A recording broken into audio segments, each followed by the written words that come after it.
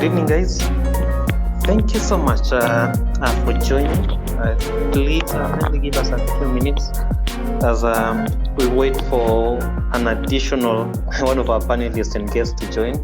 Then I give the other guys hopefully additional time to join. We'll be kicking this off in the next 4 minutes. So as we wait for that to happen, I'm very happy to see a lot of our familiar names here. So hoping that this is going to be a very interactive and educative session. So do not mind me or the podcast if you don't listen or hear a lot of dialogue or discussion happening. It's just because we are waiting for additional guys to join. But most importantly, waiting for one of our guests to actually join in. Okay, I see all of my guests are finally in. So I'm just going to allow them to invite them to speak, and we can kick this off. So it said we are going to start in the next 4 minutes, exactly at 5 minutes past 6 East Africa time. I see we still have a few more 2 minutes to kill, so we'll actually do that. Please, I will appreciate if you could RT repost so that additional guys who wanted to be part of this are actually aware and notify that we have actually started. So any retweets will highly be appreciated. Okay, and we should be able to start. So once again, hello, good morning, good afternoon, good evening from wherever you are tuning in, listening in. Thank you so much once again for creating the time to be a part of this. And I would like to officially welcome you to True Positives, a conversation that matter. And I will be your guest. My name is Lawrence Michelo. Today, I'm going to be joined by two amazing people, guys who have been at the bleeding edge when it comes to threat emulation, offensive operation, and by bleeding edge, I mean guys within this space, within the country, who are actually innovating and trying to figure out amazing, mind-blowing ways in regards to how can we get access into your systems, into your network, and then using that particular knowledge to teach others. This is how hackers work, and this is how you can go ahead, protect yourself and detect them. I'll be giving them an opportunity to introduce themselves. Before they do that, I'll just love to give a bit of a context in regards to what this podcast is all about, specifically this specific episode. For guys who are new, this is our third episode. So the first episode, coincidentally, we tackled the Naivas breach. Second episode, we did a bit on mentorship. This third one will be talking about and discussing what I'm calling Game of Nations. Basically, this was triggered by the Reuters report that was published, I believe, a few weeks ago, in which they claim that certain aspects of the Kenyan cyberspace has been compromised by hackers from China or affiliated to the Chinese government, and have been looking into a few things here and there around debt collection and all that. When a few of us, actually the majority of us who work research in this space were having this discussion, we went through that report and a lot of question marks were raised, like how? Why will you go to all those lengths to steal information that you're already aware of? It doesn't make sense. So part of this we'll be discussing that. And I have a feeling some of the guys who actually contributed or guys who are interviewed by the Reuters team are part of this call. Full disclosure, I know at one point someone from, is it Reuters, but I'll go with Reuters. Someone from Reuters actually reached out to me in regards to just trying to have an understanding of the cybersecurity landscape in Kenya, what's been happening, so on and so forth. So for me, it's important to fully disclose that and know that I don't know if if I influenced the final report, but I know for a fact that I was contacted and I was able to shed a few things here and there based on what I've seen in the industry. So that has done context. I'm going to bring us back to something some of us might be aware, some might not be aware, but the National Cybersecurity Strategy. This was launched, if I'm not mistaken, either early this year or sometime late last year by our former president, or the Kenya former president, His Excellency Uhuru Kenyatta. I can't believe I'm using His Excellency. Yeah, well, he was a former president, so he deserves the respect that comes with the presidency office. So I'm just actually going to quote something, to quote part of his speech, which can be found in the National Cybersecurity Strategy. So it basically says, cyberspace, with its unlimited borders, has therefore become the most active threat domain, providing cyber threats with unparalleled opportunities to harm our nation. Kenya, like many countries, is now exposed to dangers posed by foreign and domestic cyber criminals who are state and non-state actors. Very key, very key. The government is recognizing that when we talk of cyber criminals, we have state and non-state actors. Hold that thought, it's a keyword. One of our guests, or actually both of them, will be sharing, hopefully differentiating why we need to be worried or not worried about state and non-state actors. Who are they? What are their motivation? What are they after? So just to pick up, so Kenya, like many countries, is now exposed to dangers posed by foreign and domestic cyber criminals who are state and non-state actors, capable of disrupting provision of essential services, engaging in espionage, and threatening safety and security of our nation. I'm not saying it was a hack. Remember, we have had critical services in the country going down. Unfortunately, KPLC has been the main target for this. Once in a while, you have seen Safaricom going down. Once in a while, you have also seen multiple banks having coordinated outages or maintenance period. So at times, when you read between the lines, you can always detect anomalies that are happening out there. Now, going to another section of our National Cybersecurity Strategy, it says, Kenya established the Kenya Computer Incident Response Team and Coordination Center, or KESAT, and the National Digital Forensics Laboratory at the National Police Service under Directorate of Criminal Investigation. Let me break this down.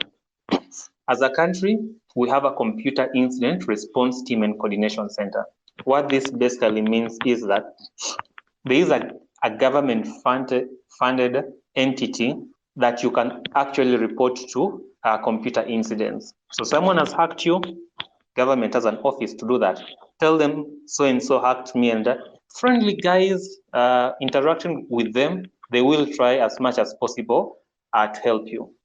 Then, for those not in the know, we now have a National Digital Forensic Laboratory at Jamamambaru, or at our Directorate of Criminal Investigation at DCI. We might, all of us probably have varying opinions on this, but I believe recently there was a grab and snatch case on Twitter where I believe 4 ladies of European descent, one of them was assaulted by a thief, and I believe a bag was snatched. It took the DCI, I believe, less than a month to actually identify this specific person who participated in that particular crime. Digital Forensics Laboratory. If you lose your M-Pesa money via weird ways, if your Facebook account is hacked, anything digital, it's actually going to happen at the National Digital Forensics Laboratory. Now, why is this important? I believe before the lab was launched, there was definitely a capacity issue.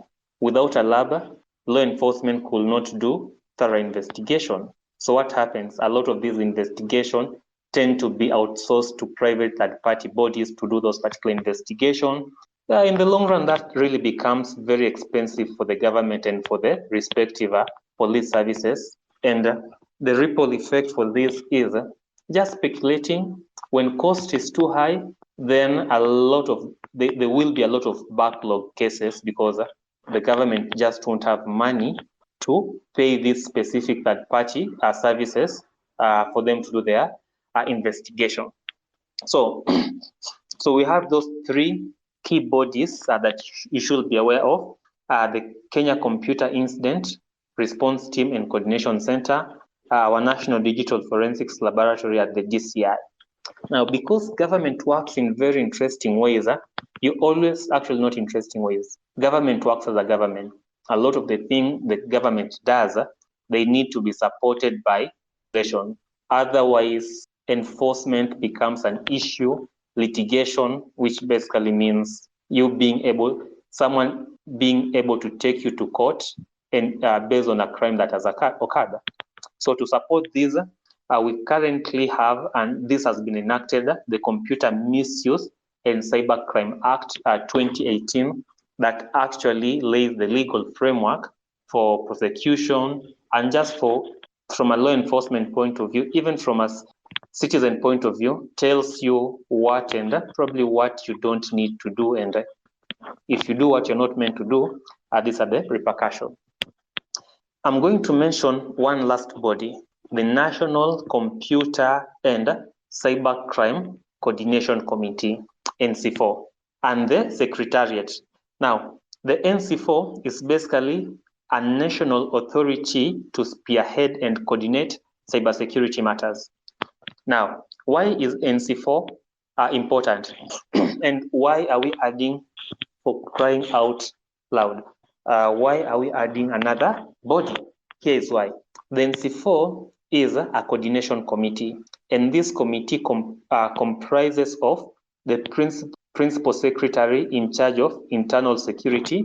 I believe, no, I'm not sure if that is Professor Kindiki, don't know. But yes, NC4 has a principal secretary in charge of internal security, principal secretary in charge of ICT, the Attorney General, the chief of the Kenya Defence Forces, Inspector General of the National Police Service, Director General, NIS, National Intelligence Service, if I'm not mistaken, Director General, CA, that is the Communication Authority, then Director of Public Prosecutions, the DPP, Governor, CBK, and Director of NC4 Secretariat.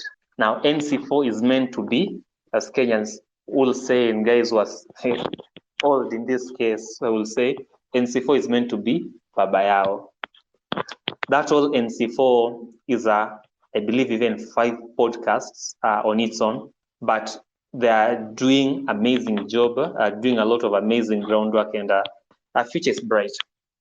Now, to wrap this up, the government of Kenya, and I'm picking this from the national strategy, so the national cybersecurity strategy. So the government of Kenya will spearhead its responsibility of defending the Republic of Kenya's cyberspace from all threats, to protect citizens, the economy from harm, and to establish domestic and international frameworks to safeguard national interest, protect fundamental rights, and prosecute offenders. So that should lay a very good context and background in regards to why we are doing this. When we talk of cybersecurity, certain corners or certain corners will always tell you, Lawrence, the best defense is, the best offense is the best defense. So attacking, defending. Additional context. In this, everything I've said basically means the government is looking at this cybersecurity not just from a way bigger level, a higher level, and trying to see, look, how do we protect the nation? How do you protect the common mwananchi? And what does this imply? You only start worrying about protecting things when you know there are people actively trying to get in. There are people actively trying to take advantage or undermine something that you hold dear. So when you talk of Game of Nations, it's not something new.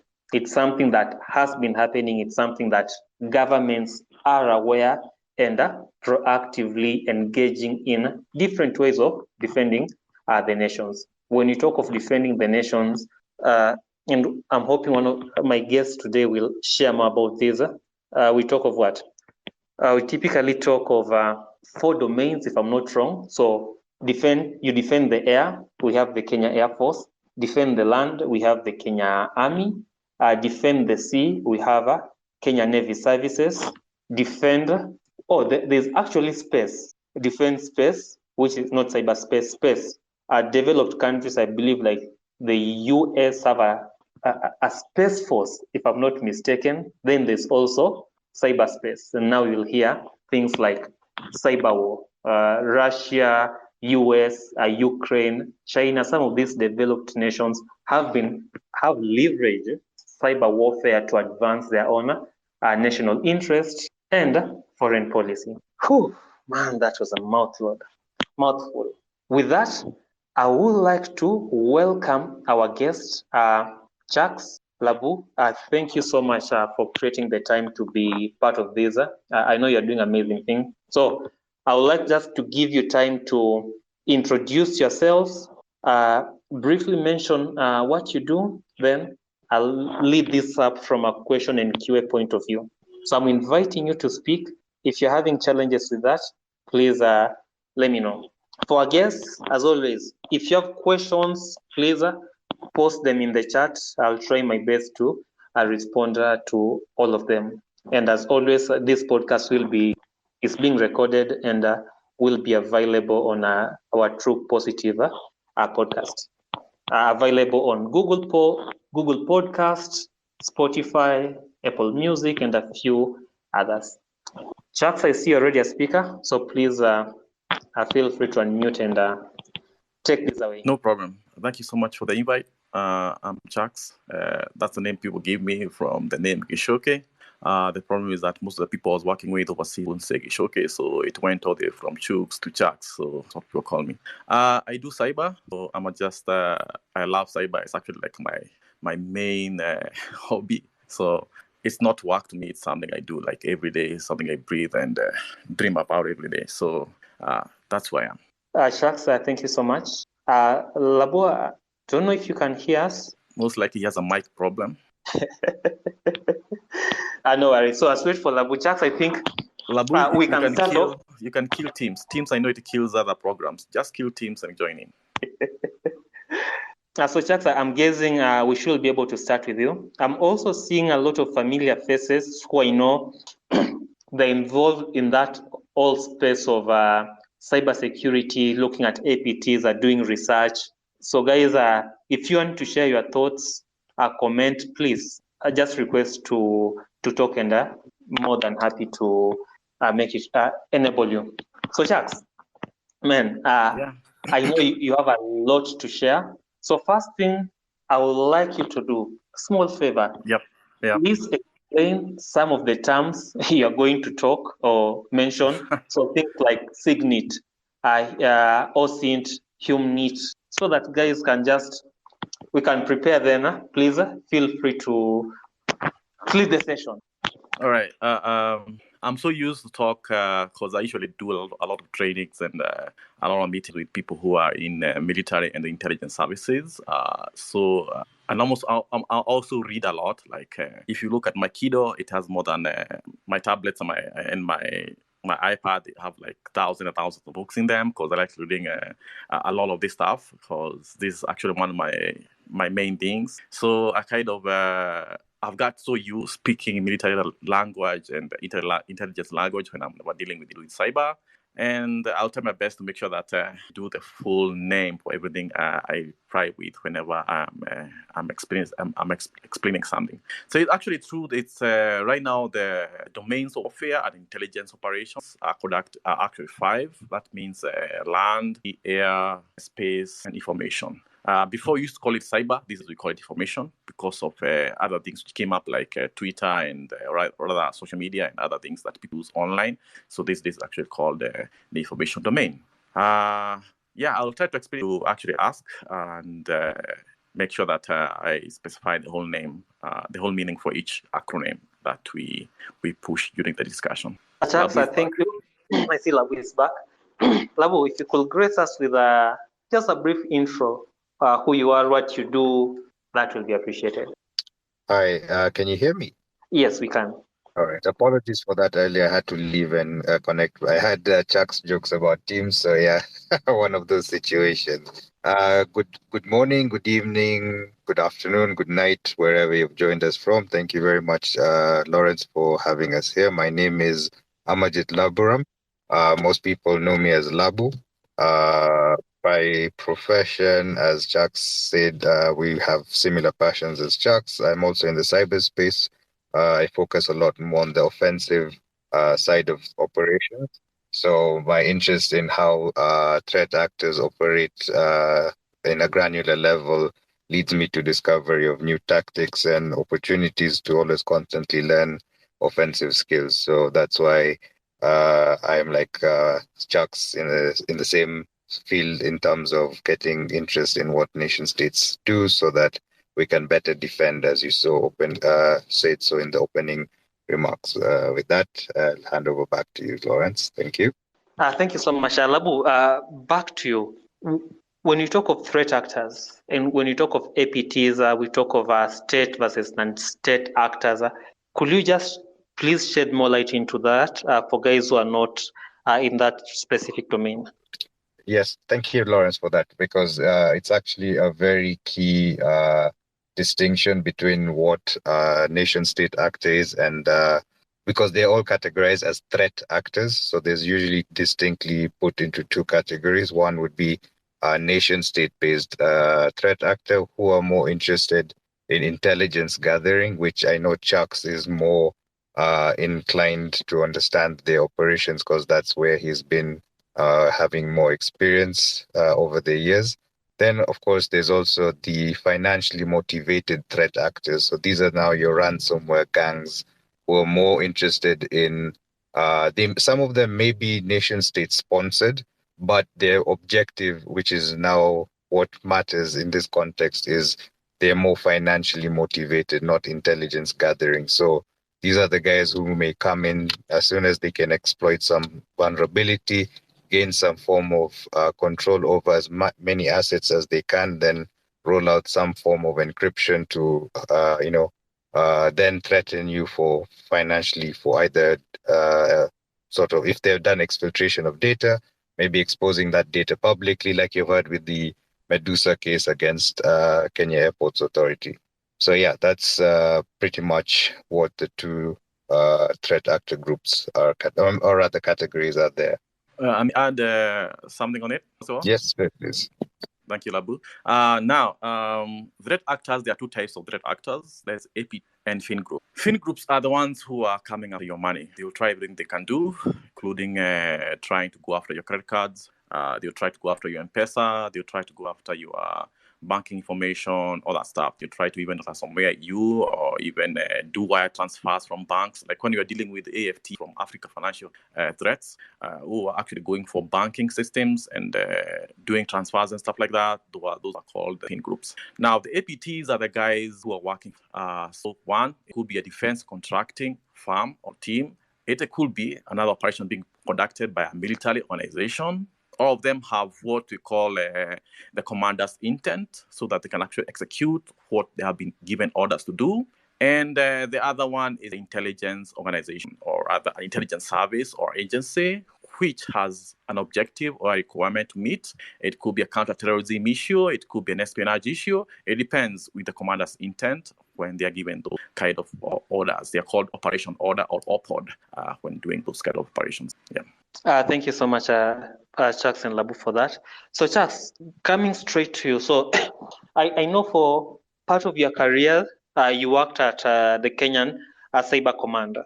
Can you just share with us, one, how you ended up in the Cyber Command, what your role was, just for guys to get context as we dive deeper into this, without, of course, revealing anything that will have us spending a few days on Kiambu Road.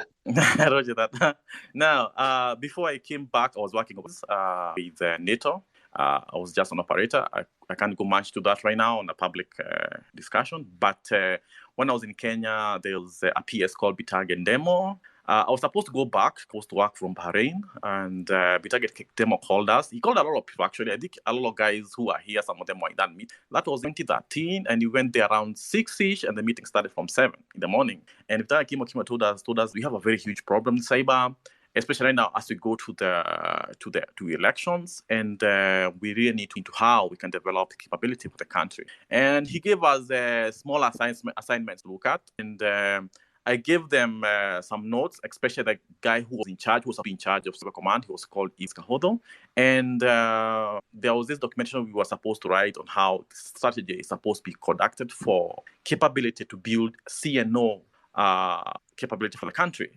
CNO is part of what we call computer network operations, part of a vector, or rather, and it's part of what we call the IO doctrine. The IO doctrine is what we call the information operations. It's the upgrade of information in security, because before we had what we call computer security, then it went to information security, and now we are in the level of what we call the information operations. So it's actually a doctrine used by governments to counter and to use offensive capabilities for their own for countries. So it came to a point where in 2013 we decided we build the Cyber Command, and it was going to be having an office or a housing in ICTA, or rather ICTs in NYC. And our job was to bring up to counter threats that are coming for the country. And the amazing thing is that one of the biggest threats we had was the Chinese, because they were so audacious. They were not even using OPSEC.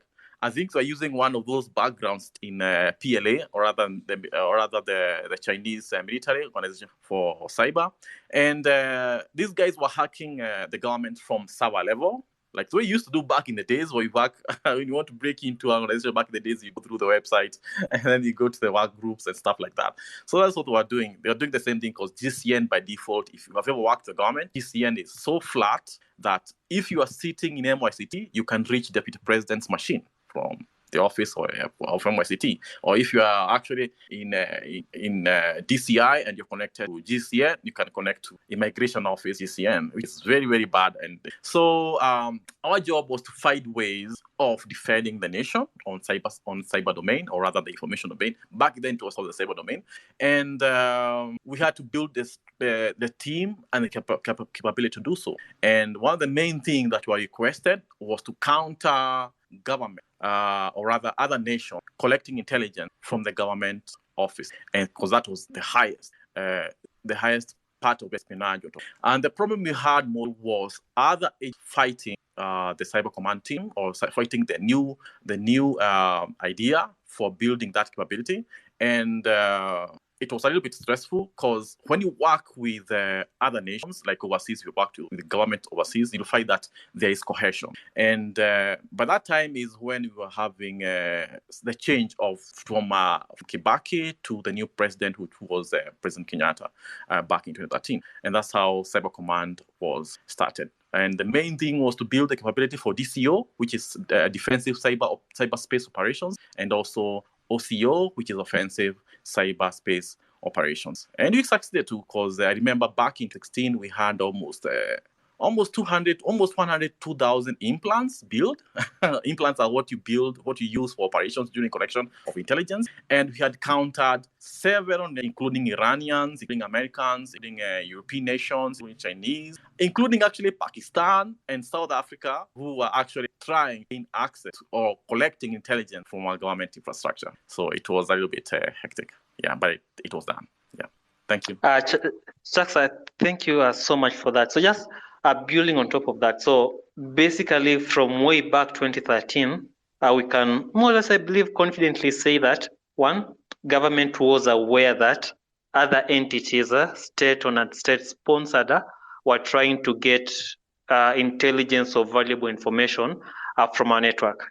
Now, just jumping back to now the Reuters report, you already mentioned that one, threat actors or actors from the Chinese government were already doing whatever they were doing back then. So my question will be, given the extent and for how long this was happening, actually it's not a question, well, technically it is a question, based on that particular context, and Labu, you're more than welcome to chip in on this, based on what Chucks has said, and based on what Reuters also shared, what will be your feedback on that whole topic? One, I think majority of guys were interested in, was that report a true reflection of our current state of affairs? Now, that might be hard to say or to tell. Secondly, why will a threat actor from China be interested in knowing our debt obligation to the same government? My assumption here will be, even speaking from an untechnical person, the Chinese government already knows how much the country owes it. So why will they send threat actors to the same country to more or less get the information that they already have? Is there something you're not missing? Are we missing out? Or that is actually how that happens? All right, let me try to answer that. Thank you, Lawrence. Let me try to get into that. The thing about, I read the Reuters report, and they did not stick into the facts that actually they could have. But the amazing thing is they had someone from this company in US, I forget the name of that company, what was it called, who had access to at least some infrastructure or other packets or networks. So one thing I'm going to actually specify, there's this point where they talked about gaining access to NIS server or other email server. The amazing thing is that the server that we're talking about, most likely it's a mail.nisgo.ke. I hope so, because that's the one that a lot of people know is the main mail server for National Intelligence Security Service, or rather National Intelligence Service. But that's just another, by the way, for info at, support at, customer care at, stuff like that. That's not the one you would expect a service you're running operation to have. They have 10 or even 11 or 20 mail servers which are used for covert communication, or rather ComCov. And obviously, recruitment or during asset handling field, they will not the main servers. They have to use an operation level server, because, like, if you look at it, let's say you're actually communicating with an asset within Somalia, you don't use such a type of communication for an intelligence or rather intelligence collection activity. You build maybe a server about yoga, and that server about yoga will have a hidden window where an asset who's in the middle of an operation can actually log in and type a message, so that even if he is caught with a phone, no one will be wise at the airport or wherever he's supposed to be at if he's caught. And that's how services or intelligence services work all over the world. So for me, as far as this report from Reuters is that a lot of it what you call hubbub in matters of security or other speculation. And it wasn't fully direct, but at least there's some things they said which were real, because obviously any government or any other military or other intelligence service will try to collect from the government. I remember in 2014, because now it's like 10 years, that means classification for most part of that operation is classified. It's in training. Whenever I'm training Kenyans, I usually talk about it. In 2014 and 2014, China was trying to collect Ministry of Foreign Affairs. And the funny thing is that China, by that day, thought Kenya doesn't have to defend its own infrastructure. So they were just giving us the beginner PLA operators to run operation, or when they're dealing with a Kenyan or maybe an African nation during cyber operations. And what they had done is that they had brought the web server, and they had put a very weird web shell. It was a Node Linux box, and it had this vulnerability for WordPress. I don't remember what it was, because that was back in 2013 when we were doing the analysis. And they had finished collecting, because the main thing was to collect emails, collect documents from different floors, because each floor goes to the highest office. And they had been collecting for almost 1 year. and according to the analysis of how we checked the analysis, and they were so satisfied that they received a new order. They realized that when on the ministry, you can actually be able to be in a position to collect, to reach the other networks, and that's how you figure out there's something going on, and these guys are coming for something. There's something going on from foreign affairs, and that's when it started investigating. Because what they did was that they were so what can I say without insulting them? They were so audacious and they were so not trained well. They were fully doing like high crazy Nmap scans. All the ministry, department, and agencies, MDAs, that are connected to GCN to find machines that they can use or they can exploit further for collection. And the amazing thing is that by the time we found them, they realized, because I remember they was called in for a meeting, Chinese ambassador, and he was called in and was reprimanded by the highest levels possible from the Kenyan government. And I remember immediately he was told, and he went back to the embassy, attacks stopped. But they did not stop, actually, in real life. What happened is that China realized, Kenya has to pick up normal level of CNO operations in the network. So what do? Let's change this operation, better tactical level of our Chinese military cyber operations. And after that, everything changed, such that this time, instead of having people conducting operations from email level or web server level, they were now deploying command and control capability to collect. And I remember in 2016, we found them in a different office, but this time they had a server in United States. And when you tried to log into the server, they had made a very weird mistake. Actually, was on Windows 2013 and server. And the username, when you do RDP, because back in the days when you do RDP, you do R desktop on a Linux command line, and you put the IP address of the machine, it shows you the language of the C2, or rather the language of the OS, and you could see that it's actually Chinese sables and all that stuff. And we knew at that time that the collection was actually from China. So the thing is that right now, when anyone says that China is collecting email level, like what they specify in that report, I think that was much more of speculation. It doesn't work like that anymore. And anyone who is trying to do that is actually trying to make sure that they are caught. And one thing you have to understand about military and intelligence operations is that the main thing about the operation, that without actually looking at objectives, is never get caught. Make sure you are as quiet as still as possible, so that you can stay in your objectives and you can meet your requirement. Because the commander's intent, when you write that thing called the core or course of action, the commander's intent is supposed to be met. Because if you don't meet it, you are in trouble as far as an employee or an operator, a military or leadership or a military leader in that organization. You are going to be in trouble when it comes to the commander coming after you if you don't meet what he requested. So there's some things in that report which do not match on how PLA would actually run an operation in Kenya. Wow, Shaksa, thank you so much for that. Labu, moving next to you, still on that routers report, I think Shaksa has basically, in a very diplomatic and polite way, said 80% stories are Jabba, 20% we're onto something. Now, when a threat actor, specifically even an APT, gains access to a system, to an asset that actually has a useful information from research, well, if you have done it, please don't publicly acknowledge you have done it.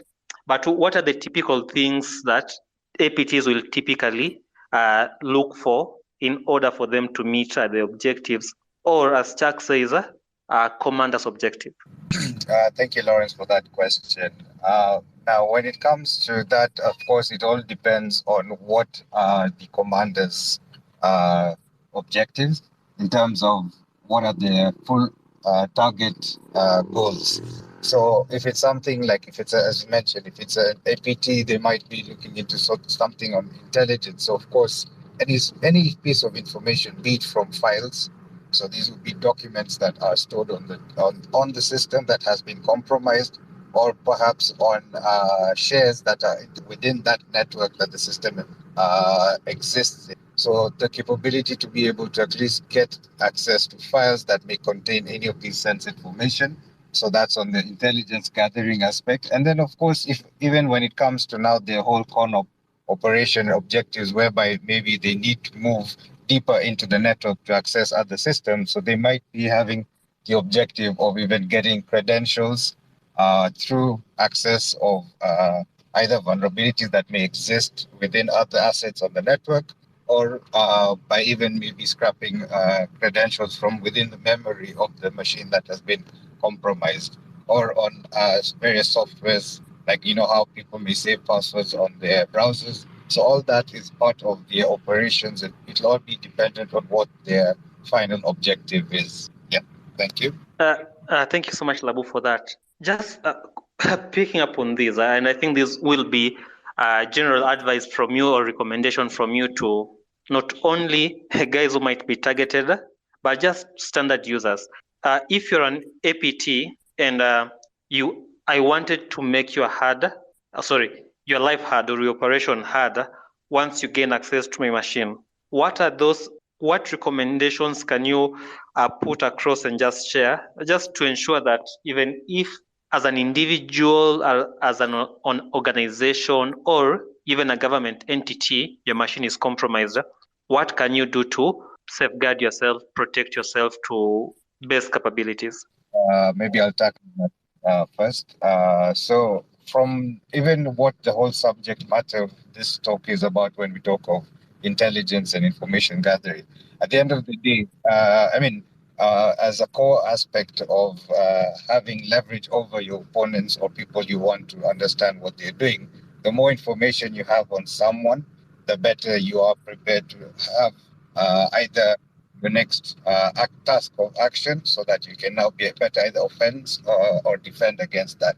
So now that's at intelligence level, which what APTs might be looking out for. Now it comes back down to a granular level again when you look at your own self, because the same way, the more you have information you have about what's going internally within you and what you are aware of is what you can better protect. So now, if you're looking at the asset of, let's say, just an operating, like a user's workstation, we have the ability to access logs through the event viewer.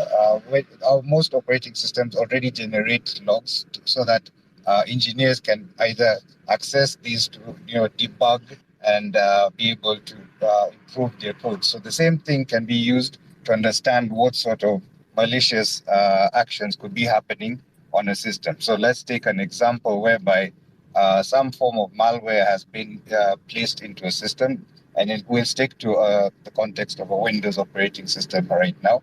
So if that malware runs, there may be certain actions that it will do. Probably try and spawn a new process and inject some code into it. That's just one tactic that it could use. Now, if you have the awareness that these are certain tactics that these malware would do on the system, you have now the ability to understand what sort of events you want to track to be able to understand if that malware runs on your system. So the more granular you can get down to the sort of events or logs that your system can generate, it will give you the visibility to understand what to look out for when these malicious artifacts run on systems. So it's all about understanding, being aware of your assets and what you're exposing yourself to, and then how you can granularly look into what sort of telemetry you can pull out from that system and ingest that data. Thank you, Abu.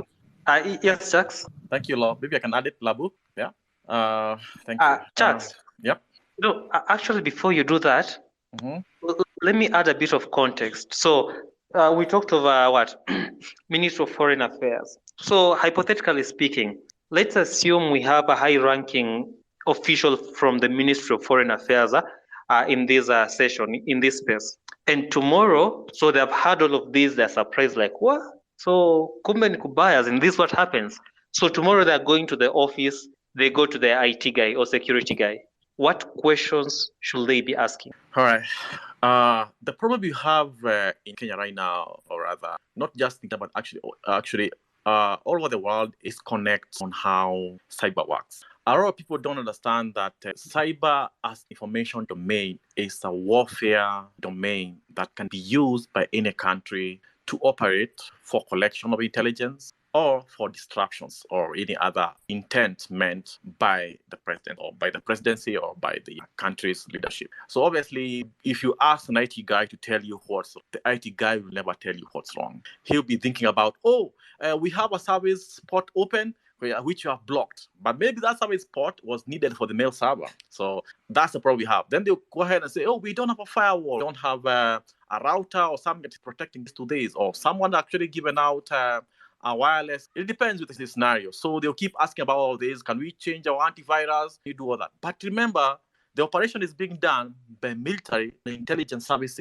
from that country. No matter what you throw at, you're dealing with a military or intelligence service that has money, you can't defeat. They'll come for you with whatever they have. Because one thing, for anyone who has been in class to do intelligence services or work with them, or has been in class with military operations or military people or unit, or has worked with them, knows that the first thing, even as a law enforcement officer, the first thing you're trained about your target is that you know that this target is a human being. You are dealing with high-scaled AI, someone who has his form of type of intelligence to actually conduct as the brain tells them to do. So the thing is this, when you're dealing with an adversary, because one thing as China, or let's say I call myself part of PLA, MFA, or any other organization are pointed to look at, they are my adversary. They are not my friends. I'm given an order to penetrate and gain access to that piece of information that they need to make the decision tomorrow or next day. That decision could be diplomatic. Like now,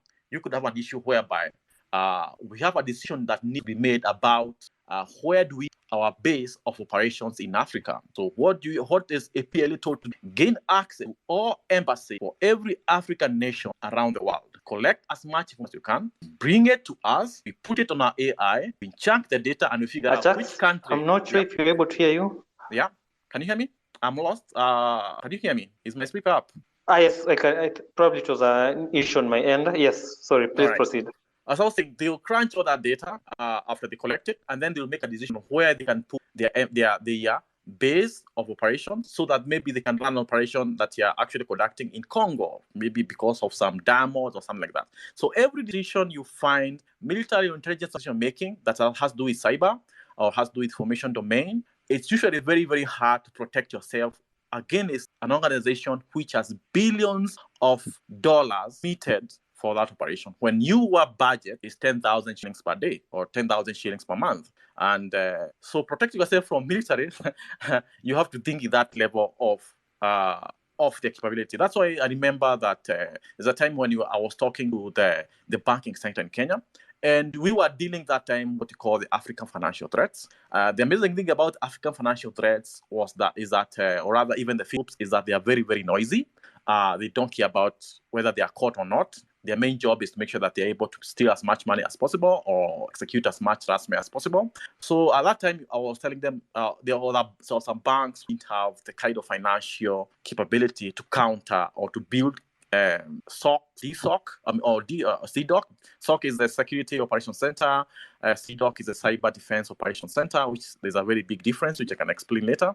And I was telling Kenya Banking Association that we need to join together all these banks to be in a position to counter threats, because some of the banks might have a smaller budget when the guys who are coming for them have more money to be able to have capabilities to penetrate the banks. So my answer is this: when you're dealing with starting, first of all, for you to be able to know how you are going to defend yourself, you have to identify whether this is a fin group or whether this is an APT. If you are dealing with APT and you figure out this is military, the first thing you do is maybe shut down and disconnect everything, because that's the only way you can deter the execution of the operation. Even if you do that, remember, most of the operators who are working for military might have what you call an asset in play, or rather, during operations, we call them penetration assets, in a way that you'll have someone on standby as an informant or as a human operator on target, helping or rather supporting the online operation that's already going on. So defending against military and against intelligence services who are well budgeted is usually very hard. It requires a different level of countering. But when you're dealing with a fin group, that's usually very easy. Figure out how they do spear phishing, which user opened it, and how far are they with their lateral operations on the network, and you can actually be able to stop them cold. But military and intelligence services, that's a different issue altogether. Yeah. Thank you so much, Chucks. Labo, I don't know if there's anything you want to add. Labo is gone. Okay, probably join. So, Chucks, just building on top of that, I know during our discussion, and this has come up multiple places, the role of contractors. So, just for context, yeah. When you talk of superpower cybersecurity, some of the countries that have some advanced capabilities, US, Russia, China, North Korea, debatable, are at the top, are at the apex when it comes to that.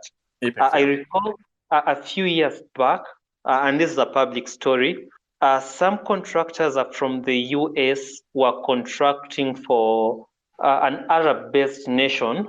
What started off as a training turned into a full espionage, a campaign where these contractors were now being used to exploit, hack other countries, even go further and hack citizens within that particular country. From your experience, and just bringing it home to the Kenyan context, East African context, did you come across contractors? Is this something that is currently happening in our ecosystem, and how was this being dealt with? So, being dealt with in the manner of, we have foreign contractors we need to be aware of. We have, I'll say, homegrown contractors that are contracting out there. We need to be aware of. And just to throw this in the works, I've had this in multiple circles that Nairobi specifically is a hub of spies, contractors, and all those shadow figures that don't typically come out in the light of day. What are your thoughts, feedback, and just your experience when it comes to this? All right, I'll try to be as candid as possible on this one without exploiting things that are supposed to be not aired out there. But anyway, let me try my best. So we all know about the story about UAE and also the contracting firm that was trying to build the capability for UAE, because UAE is one of the countries which is ahead when it comes to information operations. And they really needed to look at it because of counter cyber operations and also counterterrorism, which are a big level of it is done on cyber these days, because a lot of terror groups and a lot of other organizations are using cyber to do really bad things for a real physical issue or incursion starts. So what happens in cyber is that right now, even in Kenya, it's something that we are thinking about whenever I talk to people who are in charge of this. The thing we have, one thing is how we pay our people. Like now you find an officer who has just joined a cyber division, I won't say which ones in Kenya, let's say maybe in military. He might be getting paid maybe even less than 100K. And he is being trained for the next 2 years on how to run operations, either DCO or OCO. And he becomes very good and realizes that the pay I'm getting is very little compared to what Barclays may be offering me, or ABSA may be offering me, to go there to be their defense operator or the offensive operator, because obviously you need both even when you're in banking. And he realizes now, because I've been trained for 4 years, using Kenyan tax to train him, he leaves the military and joins ABSA Bank, and he is now part of the private sector, and that does not military. And then you find maybe like in 24, there is a fight, or rather, military people are killed by Al-Shabaab at El Dade. So, oh, you remember that? And you don't have anyone in DOD or DMI or any other organization that can shut down the websites that are actually taking images of soldiers being killed. And you see there, you realize we have trained people for the last 10 years, since 2007.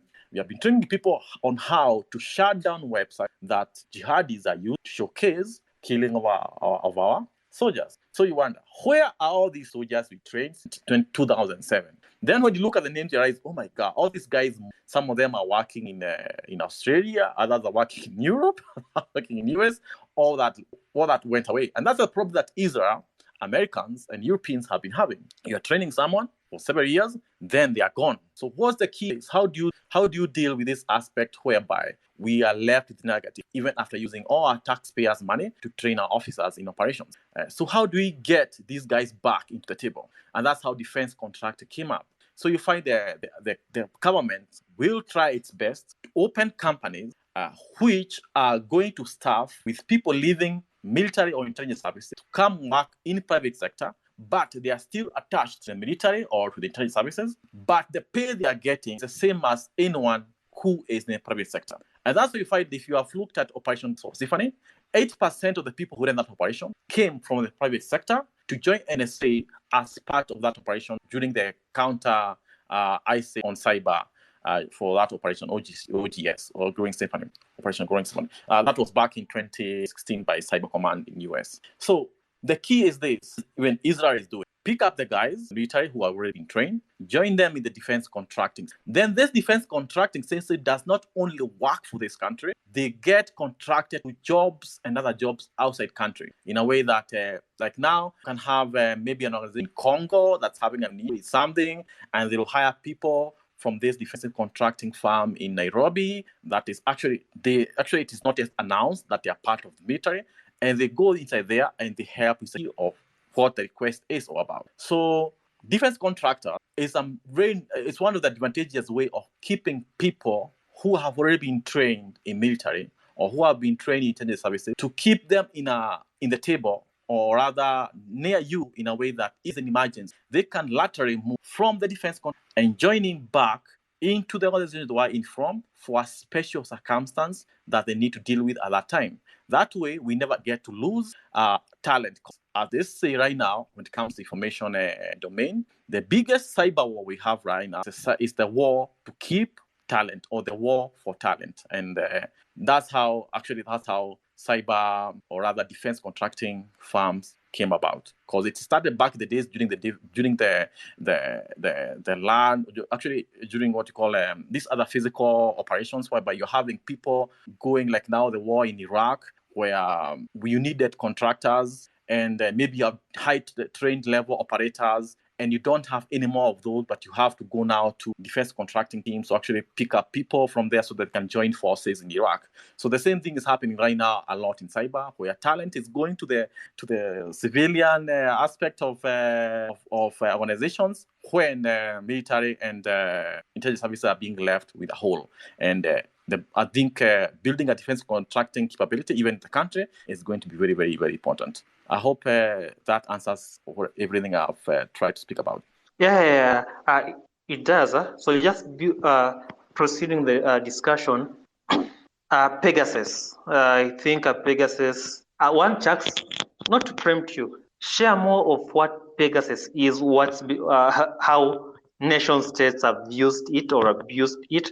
Then importantly, one of the reasons why I brought up Pegasus is I've seen it coming up in a majority of WhatsApp group. So guys, there's Pegasus you need to be aware of. And when you listen to the professionals discussing Pegasus, there's a corner that is basically telling you, look, Lawrence, you are not worth the effort or the salt for Pegasus to be installed on your device. Basically, you're not a valuable threat. You are not an asset that might be targeted for this. Then there's that other corner telling you, look, it's a hacking device. You will be targeted. So what I'm just coming at is, when we talk over this hacking at a state level, should everyone be worried, or only people who meet a certain criteria should be worried? All right. Let me start with the Pegasus part. Pegasus, just like any other implant, was built by people who are working for defense contracting organization or firm. The thing is that Israel had realized that they are losing from Unit 8200 and Mossad, and so they realized that, and also IDF, and they realized that these people are really trained, and you're losing their private sector. What do we do? And they started now doing defense contracting organizations, mostly for soldiers, just like the US.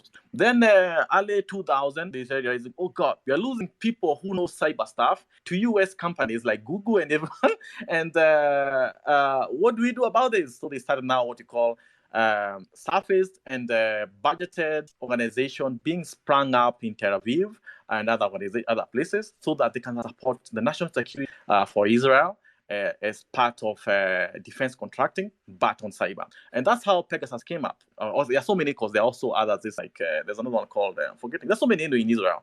And they usually visit Kenya a lot to try to sell software. The thing is that Pegasus is very expensive. And one of the main things that Pegasus was built was that because Israelis realize they are very good things. They realize that they have other countries who are so corrupt, they are not able to start this race, because you see this capability requires engineering.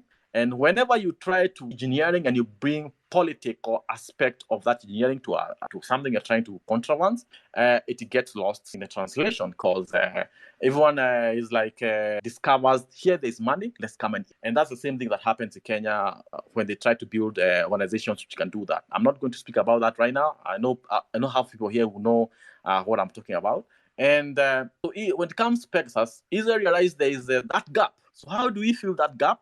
We can make a lot of money from that gap. Like they are looking like Moldova. They're like, Moldova doesn't have say, but have problems with people who live there. They are called dissident. Then they look into something like Nigeria. They're like, oh, we have people there who are protesting against the government. We can sell this software, have the money to spend.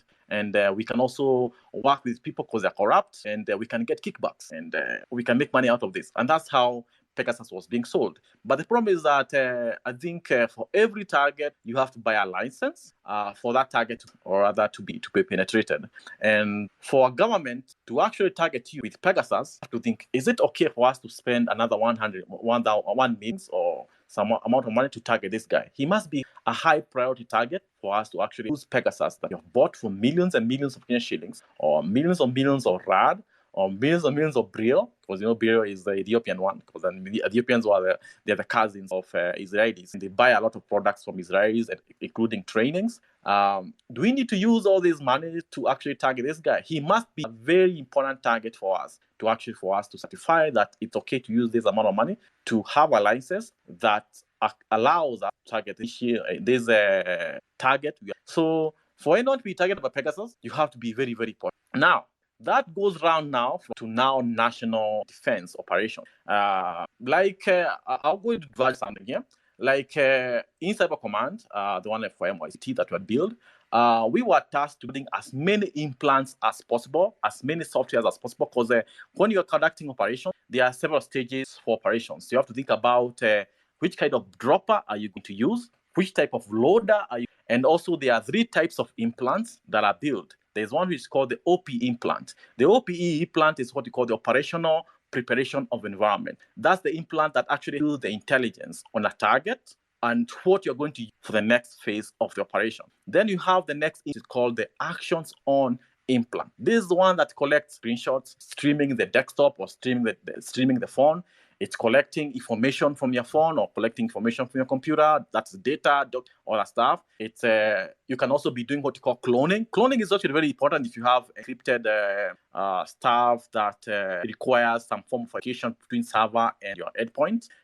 Also, webcam streaming or webcam collection. Also, there's something which is very, very important in intelligence services and also in military. That is the microphone. The microphone, whenever you're in a meeting, and actions on implant is on your device, people are going to be recording and collecting all those audios so that they can go further and analyze if there is a threat. And the other type of implant you hear that military intelligence services will use is called the housekeeping implant. I don't know if anyone has seen the Chinese implant that was called the BFF filter something implant.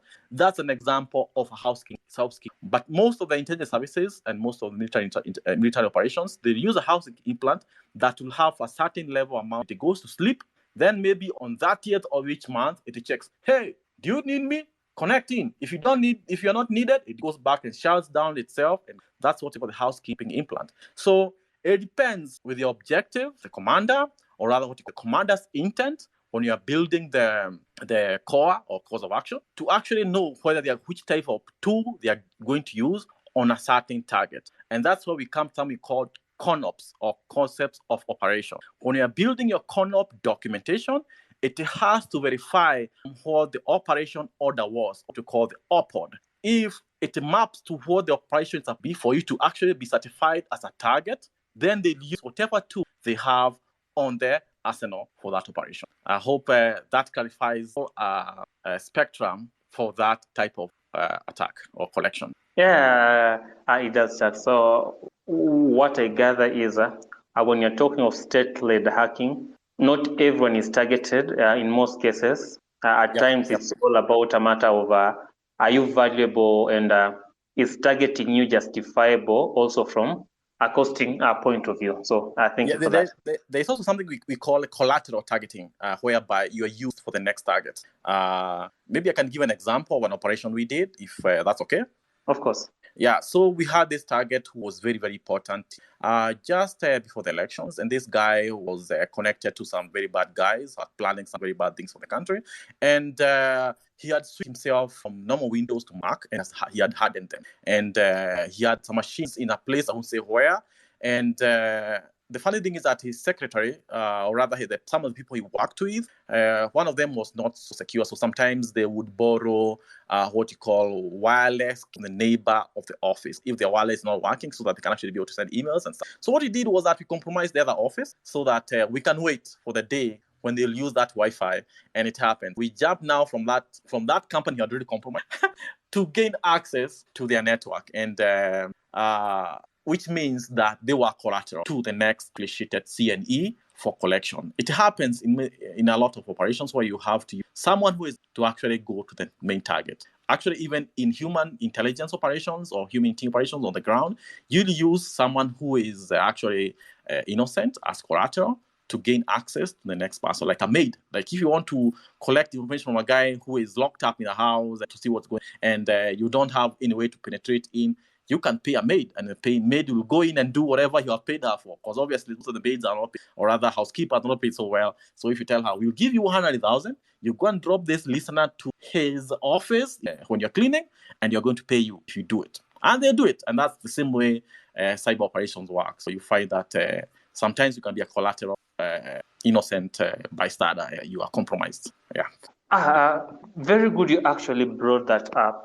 Because I think when you talk of state-led hacking, it's not all about the technical hacking as a majority of us or a few of us might be aware of.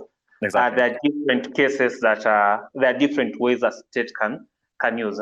And I know for quite some time, I don't think there's a better example. Russia has been known to groom people, send them to the US, and these guys are basically act as assets and are used to undermine various controls in there. I remember reading that story from a Russia point of view, and I believe the US did a lot of deportation and made a few guys a persona non something. They're called the illegal. Oh, okay. Then a few years or months back, I saw something similar happening from a NATO point of view. Where we had this specific lady who did a very elaborate scheme so that she could end up having access to assets working within NATO. I don't know, and given that the fact that you have also worked for NATO, as you mentioned before, can you share additional context from that particular angle where you are not targeting the technical IT side of cyber, but now you are going through a human asset to infiltrate and meet your objectives? I'll try to be as direct as on this one, because it's going to be very, very important for me to actually answer this. When you're actually working in an organization and you're under attack, there's a reason why you know whether the AP is the one coming after you or it's a fin group. Fin group, you just use the common ways of trying to get into it. They are the kind of, we call it bahatisha in Kiswahili. It's more about finding a place. I don't know what's the English word for that. But in military, they don't care about that. What they want to find means and all the ways possible to gain access to the target. And that's why you find that there's something called blended ops. In a way, blended ops, what you're doing is that you're combining all aspects of domains of operation. It could be ground, or land, it could be air, all of that. You're combining all of them, your objective. And that's what happens if we're dealing with people like Russians against NATO organizations or NATO countries. They have the illegal network. The illegal network, they only train how to maneuver and to pretend to be someone who they are not. Like now, you can look at the illegal coming in as someone they actually use someone like SVR who has information about someone who died, and then the information for that, so they can get certificate of death removed from the system. And then you come in with that name of that person who died in US, but now you are him, but you actually pretend to be him in a way. That's how they actually find way an illegals network, and they have done this in so many NATO countries. It's uncountable. It's one of the objectives since Cold War to actually have illegals in a country for collection. The amazing thing is that illegals are not as effective as another group of spies that do crazy operations. These are called the Sparrows and the Swallows. I don't know if anyone has heard of this. They're usually most women. Swallows are the ones who entice you, the smiles, dressing cool, all that stuff. They collect, but they're collecting. They can be actually try connect themselves to someone who is powerful, or maybe a CS or PS, and they'll befriend you, and you'll be giving them information in a bar that you didn't even know you are, and they actually just collect. Then you have the Sparrows. Sparrows is the sexual capability for a beautiful woman to connect and collect information from you. When you're sleeping, after all that action, they'll go to your computer and add something computer, and then they'll actually have the people on cyber, maybe from FSB or SVR, will actually be collecting now from your computer directly after she has already done her part. So cyber, when it comes to warfare capability, or rather intelligence collection, military and intelligence services will use all levels of domain to go after you. So even if you shut down your computers, they'll have someone who will come and do something else to make sure the computer comes up, right? And actually, that's how it works, because that's how organizations, they are trained. One thing you'll be trained when you go to intelligence services, one thing you'll be trained when you go to military is that you always work as a team. You don't work as a lone wolf. Lone wolves are only in hacktivism. Hacktivism is not for the government, it's for activism. But when it comes to military and intelligence services, it's always teamwork. So, and they always combine all levels of domains in warfare and intelligence collection to actually meet their requirements and objective. Yeah. Chucks, thank you so much. So as we come to a tailwind of these Chucks, one, I would like you to share some closing remarks in regards to why it's important for governments to actually be engaged in this kind of activity. So that will be my first ask.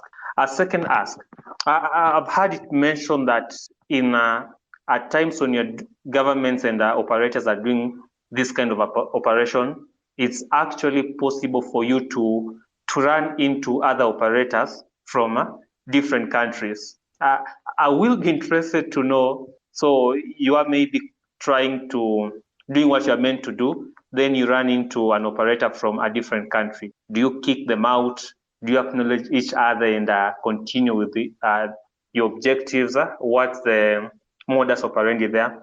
Then lastly, you're an author, and I believe right now there's a published book. A second book is in the works. So also, please share that with us as we wrap this up. Copy that. Thank you. I think I forgot the first question. But let me try good to answer. Remember, I think about the question. Maybe you want to remind me the first question? Yeah. So the first question was why is this important? Why should the government engaging in this? Yeah. So think about this way. For military, they have two objectives: intelligence collection and disruption. Like now, let's think of this way. We have a lot of dams in Kenya, right?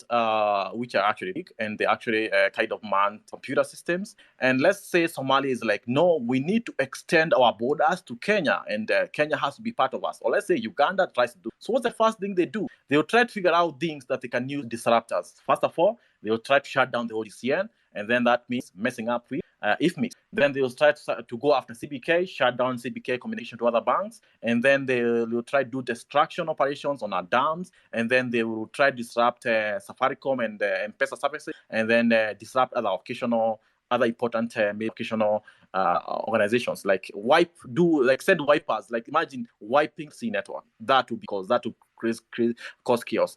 There's at the time we were talking with government about AFTs. AFTs were gaining access even to the core banking because they would go to the core banking system for the database, and that's how they would credit accounts and then revert it back to it, and that's how they were stealing. So imagine, let's say a government employs also these hackers working for AFT to do the same, but now wipe banks. People wake up tomorrow, you're like, oh my God, I can't access my account, or my God, my account is not having any money because all the money on the banks was wiped by the attacker. And that's where we talk about military objective for disruptions. Because when you cause chaos on data level, you won't see the Humvees and the tanks showing up in Nairobi. Because now you're wondering, where is my M-Pesa? Where is my bank account? And that's it's very important for a government or military organization to have the capability to destabilize a country that they are going, or to destabilize an organization they are going. All right, let's think about another way for internal security. We'll have media houses who are kind of pushing the negative information about a government so that they can destroy the stability of a country. The intelligence services and military services, you're like, this is a security problem. So what will they do? They can gain access to that media house, and if that media house continues disrupting the country, that's a wipe. Like now, if you wipe something like, let's say, which is the biggest media house in Kenya, maybe Standard, I think, you wipe KTN, you wipe all the radio stations, data, all the documentaries that were done, or everything they are planning to do for the next few months, that whole company will crumble because they don't have anything to do or to broadcast or to showcase on for the next few months, which means they'll have to go back to zero, and which means employees and everyone will not be paid, and salaries and rent will not be paid, and all that stuff. So those are things that a government can do to support national security, because if a media house is propagating stories which are untrue so that it can instability in the country, intelligence services and military services have the mandate to destroy infrastructure of that media house without even anyone knowing it's them. So as a government or as a military organization, as an intelligence service, the capability for the offensive operation is very, very, very important at this level of information age. It's a way of countering threats without being known it's you who did it, right? Especially if you want to make sure that you meet objective without a public backlash. The other way, also mostly for military, is for you to cause as much havoc as you can when you are actually supposed to now do or conduct ground operations against a target. Let's take an example. Russians used Whispergate. That was back last year in, I think, around March. It was one of the first wipers. Do you know what that wiper was going for? It was going for every immigration infrastructure in Ukraine. So their main issue was to go after Ukraine immigration. So if you have a stamp information about your passport is there, you are running away as the bombs are launched in a cave. You're running away towards Lviv, then towards the border, so that you can maybe jump over into Poland, or you're trying to cross over in Romania, and you are this guy from Africa, and your visa information is not available. So you get to the border and you can't cross over. So you have to stay in country and cause as much confusion as possible, because you're going there at the border check, and you find a queue that is going for kilometers, because now what happens is that they're not going to use their computers anymore to grant access to the next country, because the whole immigration data is gone. So you find the confusion becomes larger and larger. Then the same other wipers are launched to media houses. No one is able to specify, bombs are coming, take shelter, because all the media houses are evaporated with a wiper. So those are the objectives that a military organization will meet, including now intelligence collection to understand a threat. So that becomes an important aspect of warfare for any intelligence service, for any government, for any military to contravance and build. I've already forgot the second question because I'm becoming old. But anyway, I remember that question was about, remind me along. So the question was that basically when you are conducting operations, yep, and you run into another operator from a different country. Oh, exactly. It has happened to me a lot. Yeah. Okay. The thing is, it depends with the operator on the other side. An example. Let's not say my part doing it, but I have come to a point where we have found America in government banking banks. I think you have about 3 banks which are government owned in Kenya. And what happened is that we had a ransomware act in the bank. But as we did DFIR, we found Americans That was back in 2015 or 2016, I think. I don't remember. We found Americans collecting Western Union information, but we realized that was some counter-terrorism, because obviously Al-Shabaab and other guys were using Western Union to transfer money to other countries around the world for operations in future, maybe car bombs or S-West operations. So that is possible. Now, the thing is, when you find something like that, what do? Do you report it, or do you destroy their capabilities, or what do you do? It depends with the objective. It depends with our diplomatic connection between countries. So what you do is that you found Americans, or you found people doing the right thing, like countering a terrorist action. You might report it to the higher ups, and then the higher ups have to figure out, what are we going to do about this? Do we call Americans and tell them, my friends, you guys are not supposed to do this. You're supposed to ask for permission for us to let you this and this and this together as a task. So that one depends. It depends on the scenario. Okay, when it comes to offensive operations and you are in a network, you find, holy, we have other people here. So what do? As an operator, I will observe what they are doing before I actually do my next part. So the first thing I'll do is that figure out which is a PSP on the target system, and which kind of ConOps they use to bypass that PSP. PSP is the personal security protection software, or rather, it's called the personal security protection software. Something like that. It's like the antivirus.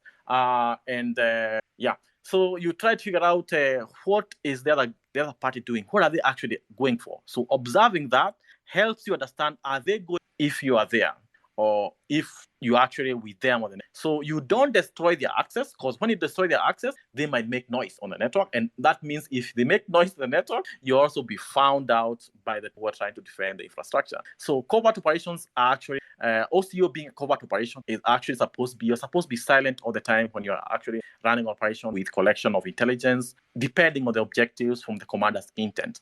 And that depends a lot with all that. So I'm not going to go further in that, but because of time, I can see it's already 1994.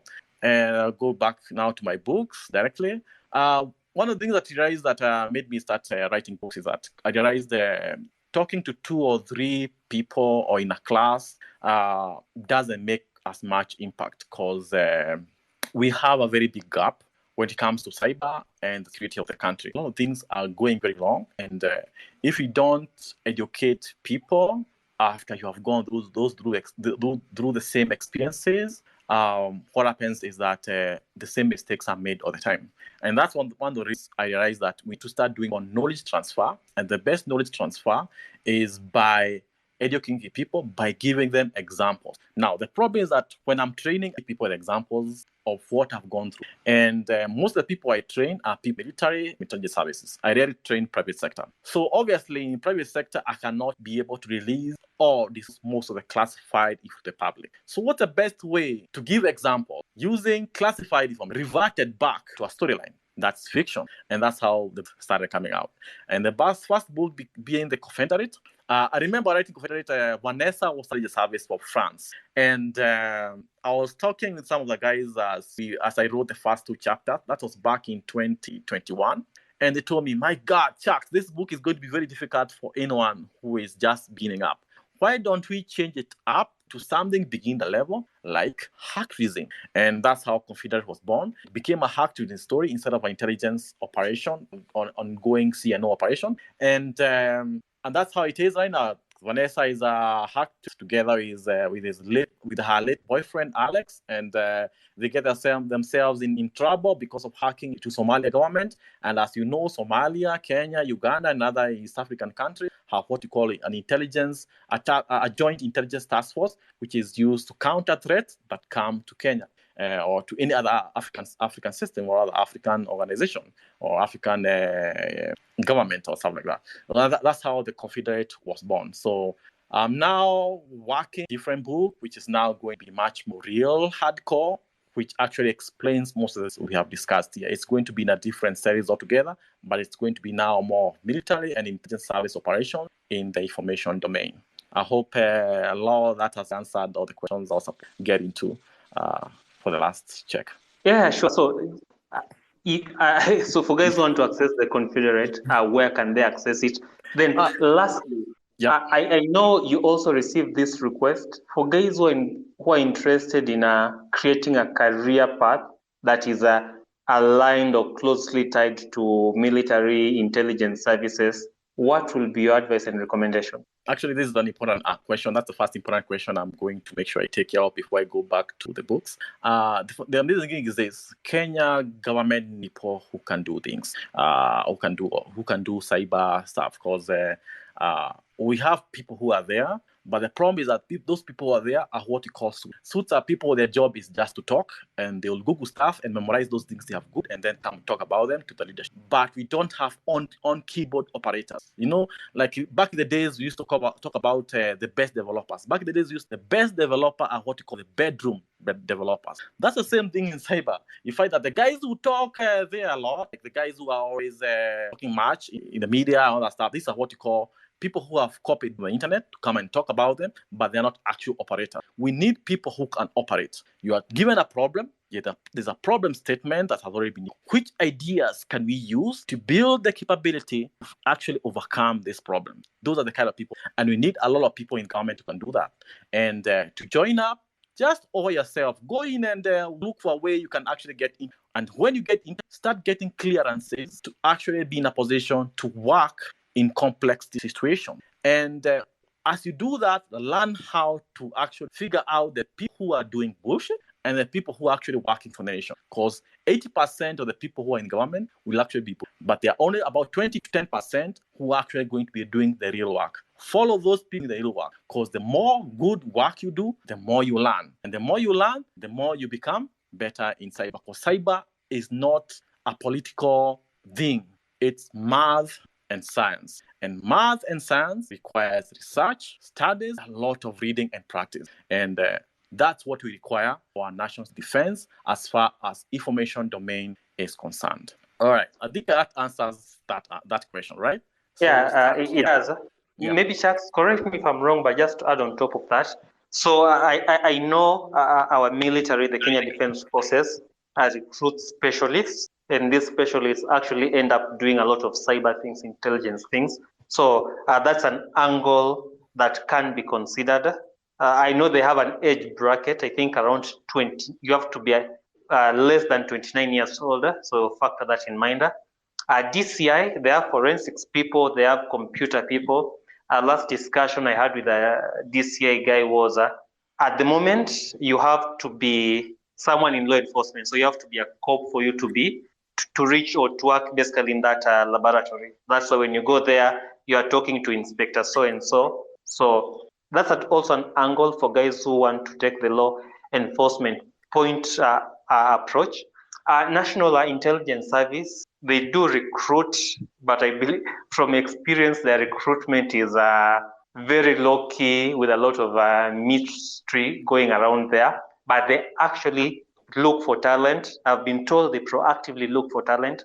So that's also an angle you can look into. For NIS, they have a portal that at times is open, at times is closed. You can always submit your CV there.